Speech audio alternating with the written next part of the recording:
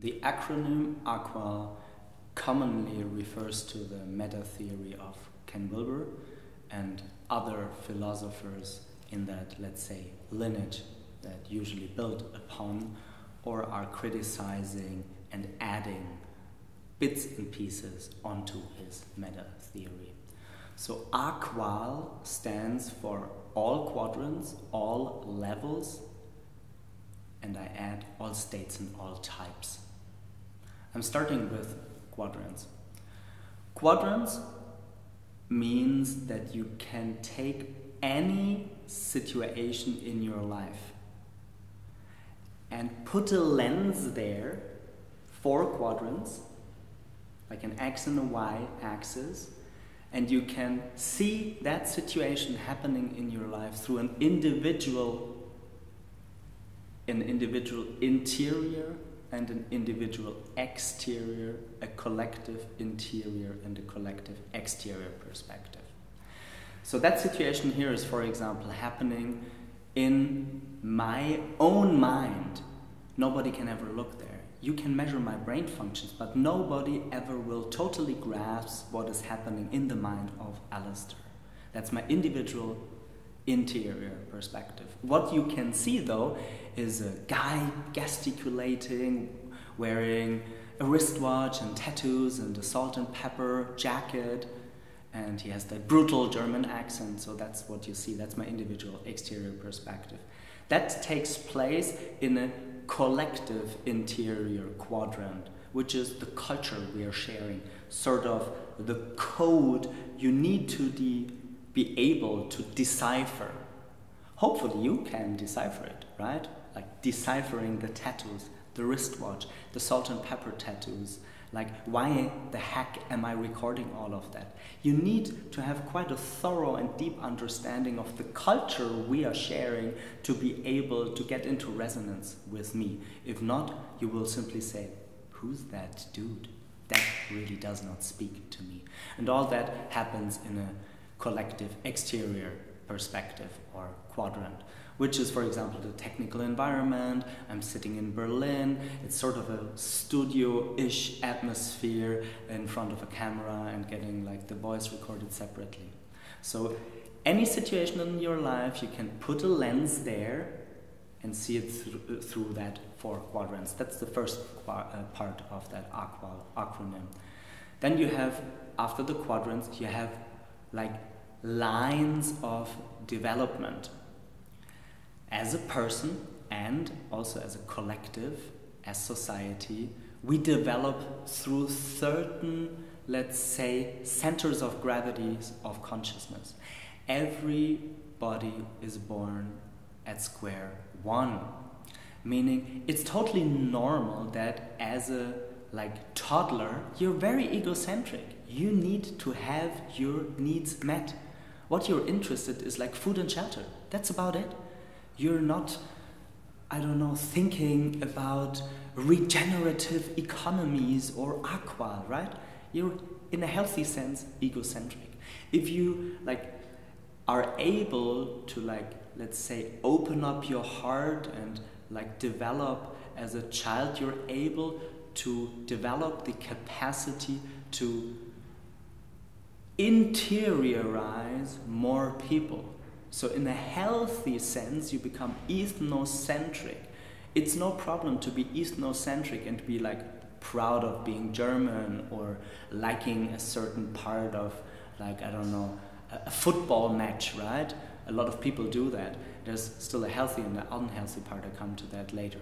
So, and if you're able as an adult to even open up your perspective more, maybe you can see the whole of the human family as one family. That would then be a world-centric consciousness.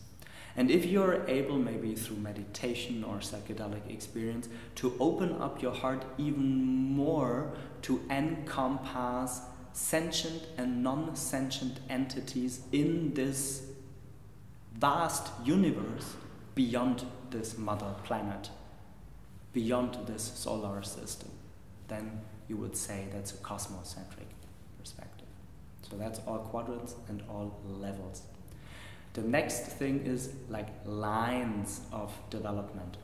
not levels, but lines of development. And that could be, for example, my cognitive development, that could be my kinesthetical development. So I was a ballet dancer, so I dare say I have quite a good like sense and understanding of my like psychomotor, like physical system. But I'm, for example, not good at all in like craftsmanship, right? Like these different lines of development, they're usually not developed at the same level. And a good distinction also to make in the Aqal framework, I'm jumping here a little bit, but just for sake of the exercise, is to make a distinction between like states of consciousness and stages of consciousness. So in everyday consciousness, we are in a waking state where we are aware of like gross objects, of a subject-object duality, which is something different than like in a dream where you might be flying, or you turn into a, I don't know, a flying horse or something like that, or I don't know, a dolphin or something like that.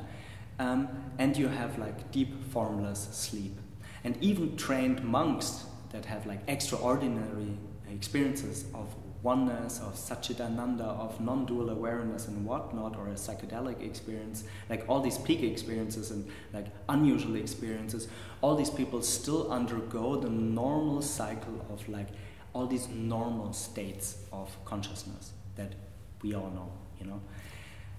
So we have quadrants, we have levels, we have states, we have lines, and then maybe as the last one to pick out here, we have types. So I'm, for example, rather extrovert, I'm a talkative guy, and in as much as all the personal development that I did, I will always be a talkative person. So I can learn to listen in, to take perspective, to sit still. But let's say the form, the typology into which I was born is more extrovert. And you have like a whole range of personality tests where you can try to put yourself in just to try to understand yourself. So maybe at the end, in brackets, in a couple of sentences, why bother? Why Aqal? Why integral meta theory? Why theory at all? Why a map? Why an abstraction? Well, the value add that it delivers to you, if you just invest, let's say, a couple of hours, you don't need to invest like months for that, but you should drill as deep to really have a concise understanding and representation of that map in your head and be able to like apply it into your everyday reality. And what it gives you is just elegance, flow, ease, precision, a focus, a North Star. You will just be way more successful with what you're doing, needing less time to understand the complexity of things and be able just to reduce the complexity and just more elegantly, like, let's say, serve the territory, if you want to have that metaphor. That's it. Aqal in a nutshell.